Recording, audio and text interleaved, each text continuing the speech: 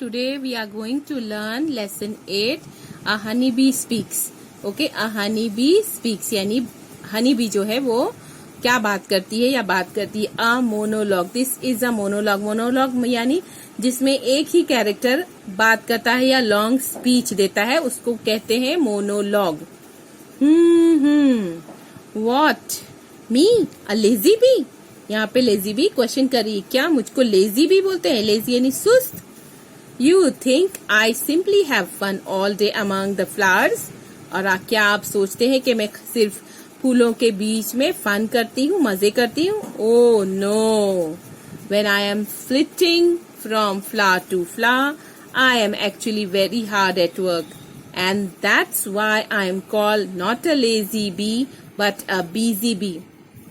Oh no, नहीं. When I'm flitting from flower to flower यानी मैं एक फूल से दूसरे फूल पर जब उड़ती फिरती हूँ, I am actually very hard at work. मैं बहुत काम करती हूँ and that's why I'm called not a lazy bee but a busy bee. और that's why यानी इसीलिए मुझे lazy bee नहीं बल्कि busy bee कहते हैं. Come, I'll show you my house and tell you what a lot of work we bees do all our life. This is the humming sound of the honey bee. ठीक है, this is the humming sound of honey bee. करके जैसे वो एक फूल से दूसरे फूल तक जाती है, ये उसका साउंड है. Okay, come I will show you my house. आ जाओ मेरे साथ, मैं तुम्हें अपना हाउस, माई हाउस यानी मेरा घर बताती हूँ. And tell you what a lot of work we bees do all our life. और मैं आपको बताती हूँ अ लॉट ऑफ वर्क, बहुत सारा काम जो हम बीज करती हैं, शहद की मक्खियां करती हैं, ऑल आवर डे लाइफ, हमारी जिंदगी में. My house is called a honeycomb. My house is called a honeycomb. शहद की मक्खी के घर को क्या कहते हैं? Honeycomb. It's a big house with thousands of rooms और सेल्स. उसमें जो रूम्स होते हैं, यहाँ आप देख सकते हैं, they are called the cells. ठीक है, इनको सेल्स बोलते हैं. Each room has 6 equal sides. Each room has a 6 equal sides. 6 equal sides है इसमें. We take a lot of care to build it. और हम लोग इसको बनाने के लिए बहुत केयर करते हैं, नहीं बहुत ज्यादा केयर करते हैं. We even produce the material for building the comb. और हम लोग घर बनाने के लिए मटीरियल भी बनाते हैं. घर का मटीरियल यानी जो चीजें लगती है हमारा कोम बनाने के लिए, वो मटीरियल भी हम खुद ही बनाती है. It's called the bee wax. उसको क्या कहते हैं? ये जो कोम बना हुआ है, इसको जिस चीज से बना हुआ है उसको शहद की मक्खियां खुद ही बनाती है और इसको कहते हैं bee wax. Okay, when we even produce material for building the comb. इस कोम को बनाने के लिए जो इसमें मटेरियल लगता है वो भी हम खुद ही बनाती है. It is called the bee wax. उसको क्या कहते हैं? Bee wax. Do you know when I was very young. तुम जानते हो जब मैं बहुत छोटी थी, I use to stay at home. I use to stay at home. मैं घर पर ही रहती थी. But even then I had to do a lot of work. लेकिन जब भी मैं बहुत काम करती थी. आई had to look after the larva. मैं क्या करती थी? लार्वा यानी जो अंडा रहता है, पहले अंडे रहते हैं, उसमें से कीड़ा जैसे निकलता है मक्खी से पहले. This is called the larva. और you can see the picture here. The babies that would grow into the bees, I had to feed them. जो छोटे बेबीज होते थे यानी जो लार्वा होता था, उनको छोटा बेबीज बोला हुआ है. That would grow into the bees. वो बीज बन रहे थे बड़े होके. And I had to feed them. और उनको खाना खिलाने का काम मेरा होता था. एंड प्रोटेक्ट देम यानी उनको संभालने का या उनको ध्यान रखने का. If anyone came near our comb to disturb it, I was ready with my weapon a sting. अगर कोई हमारे घर के नजदीक आता है हमको डिस्टर्ब करने के लिए, तो आई was ready with my weapon. Weapon यानी मेरा हथियार. हथियार क्या है हनी बी का? कि उसके पास एक स्टिंग होती है जिससे कि वो काट लेती है. a sting. I am not only a worker, I am also a soldier. मैं सिर्फ काम नहीं करती, वर्कर नहीं हूँ, बट के सोल्जर यानी सिपाही भी हूँ. Be aware, don't trouble me. ध्यान रखो, मुझे सताओ नहीं. Be aware, don't trouble me. हमको मत सताओ, okay? Well, to go back to the comb, I had to keep the comb cool by fanning it with my wings.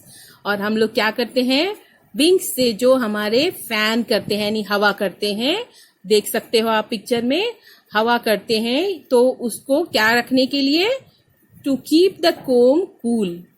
कोम जो है, hive जो है हनी बी का, ऐसे हनी बी का hive होता है, you can see the picture. Hive को कूल रखने के लिए हमें उसको फैनिंग करना पड़ता है, यानी उसे हवा देते रहना पड़ता है. Okay. Then I had to keep the house in order. और फिर हमें घर को ऑर्डर में यानी सही से रखना भी पड़ता है. Put away all the honey and food that nectar and pollen जो लेकर आते हैं, उसको हमें सीधे से रखना पड़ता है. But luckily I had hundreds of other बीज वर्किंग विद मी. लेकिन मैं अकेले ही नहीं होती. आई हैड हंड्रेड्स ऑफ बीज, मेरे साथ बहुत सी हंड्रेड्स ऑफ बीज यानी बहुत सारी दूसरी मक्खियां भी मेरे साथ में काम करती हैं. We all work together without ever fighting. और हम लोग साथ में काम करते हैं विदाउट एवर फाइटिंग, कभी झगड़ा ना करते हुए. क्या आप फाइट करते हैं आपके सिबलिंग्स के साथ? कुछ मम्मी काम देती है तो see the bees never fight, they never fight. हमको बीज से सीखना चाहिए कि वो साथ में काम करते हैं और कभी झगड़ा नहीं करते.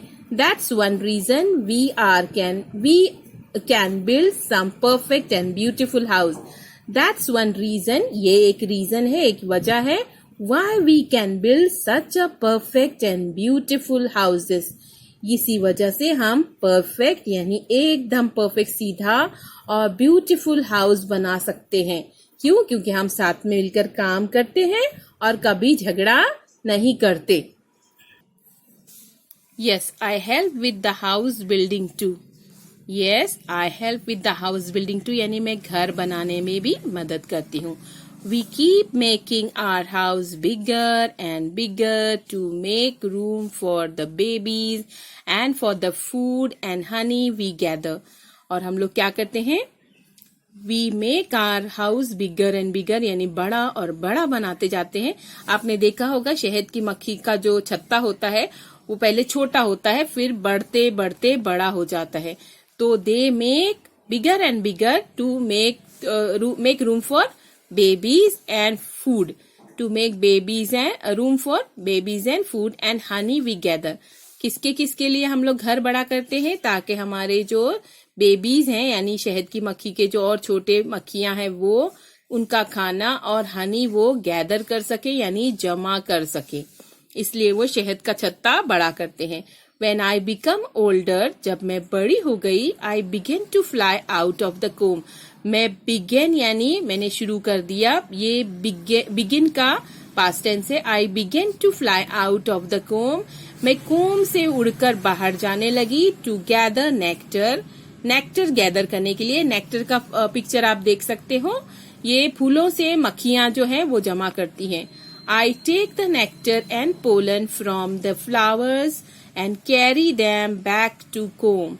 मैं क्या करती हूँ, फूलों से क्या ले लेती हूँ, nectar and pollen from flowers and carry them back to the comb. और उनको कहाँ लेके जाती हूँ, comb यानी शहद के छत्ते में. Nectar is the sweet juice in flowers. Nectar क्या है, sweet juice in flower, and pollen is the yellow powdery stuff you see on flower. और पोलन क्या है, एक पाउडरी स्टफ होता है, पाउडर जैसा होता है, उसको बोलते हैं pollen. I visit hundreds of flowers and make several trips every day without wasting even a single moment. मैं hundreds of flowers पे घूमती हूँ. I visit hundreds of flowers, बहुत सारे फूलों पे जाती हूँ. और several trips, make several trips मतलब बहुत सारी दफा जाती हूँ. Every day, हर दिन, without wasting even a single moment. एक लम्हा, एक सेकंड वेस्ट किए बिना मैं अपना ये सब काम करती हूँ. The nectar from flower is too thin. Nectar कैसा होता है, थिन यानी टू थिन यानी बहुत पतला. वी बीज turn it into sweet thick Honey that you like. और हम इस नेक्टर को क्या करते हैं, थिक हनी यानी गाढ़ी हनी में चेंज कर देते हैं जो कि आपको पसंद है. It's only because you called me a lazy bee. It's only because you, तुम ही मुझको बोलते हो lazy bee, that I stopped and explain it to you. इसीलिए मैंने यहाँ पर रुककर आपको मेरा सारा काम बताया. Otherwise I have not a moment to lose. नहीं तो मेरे पास टाइम वेस्ट करने के लिए टाइम नहीं है. I have not a moment to lose. मेरे पास बिल्कुल टाइम नहीं है वेस्ट करने के लिए. बाय. चली गई. Okay, so this was our lesson. I hope आपको ये समझ में आया होगा. इस लेसन में एक और चीज जो हम सीखेंगे वो है simile, comparing two things using as and as. यानी दो चीजों को कंपेयर करना एज और एज लगा के. जैसे as mild as cow, as busy as bee, as brave as lion, as slow as tortoise, as hard as rock, as big as an elephant, as black as coal यानी इतना काला जितना के कोयला, इतना बड़ा जैसे के एलिफेंट, इतना हार्ड सख्त जैसे के रॉक यानी पत्थर, इतना स्लो जैसे कि टॉर्टाइस. हम किसी और चीज को टॉर्टाइस के साथ कंपेयर कर रहे हैं कि वो इतना स्लो चलता है जैसे कि कछुआ, इतना ब्रेव है, हिम्मत वाला है जैसे कि लायन, इतना बिजी जैसे कि बी, इतना माइल्ड जैसे कि काव यानी गाय. तो this is called simile, comparing two things using as and as. वो इस लेसन में हमने सीखा. आई होप आपको ये लेसन समझ में आया होगा. Please like, share and subscribe. Thank you for watching.